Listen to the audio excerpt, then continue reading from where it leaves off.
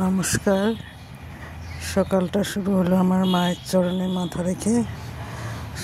মায়ের পূজা করে আমাকে সেই শান্তি লাগে। আমার তো নিজের মা নাই, জন্মদাতা মা নাই। আমি এই মাকেই মা, আমার গার্জিয়ান, আমার সব কিছু মা। এই মা ছাড়া আমি কিছু না।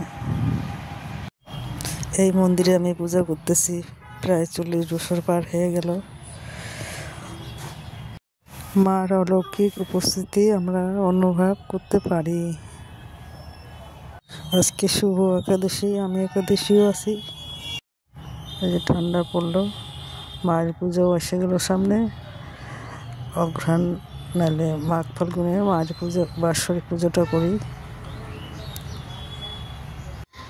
মায়ের এই অপূর্ব সুন্দর মুখখানা, এই মুখখানা দেখেই আমরা ছোট থেকে বড় হয়েছি। আর এই ছোট থেকেই দেখছি আমার মাকে পুজো দিতে সেই সকাল থেকে লেগে পড়ে।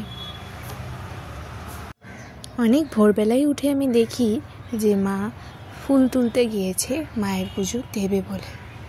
আর মা কিন্তু জবা ফুল খুবই ভালোবাসে। মায়ের পুজোর আয়োজন করা এটাও কিন্তু খুবই আনন্দের বিষয়।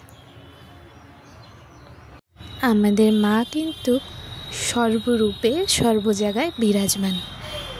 মায়ের মহিমা অপার। তিনি ভালোবাসায় পরিপূর্ণ। মায়ের সন্তানদের জন্য মা কিন্তু সব কিছুই করতে পারে। মায়ের আশীর্বাদে এই মন্দির একদিন আরও সুন্দর হয়ে উঠবে, আরও উজ্জ্বলিত হয়ে উঠবে।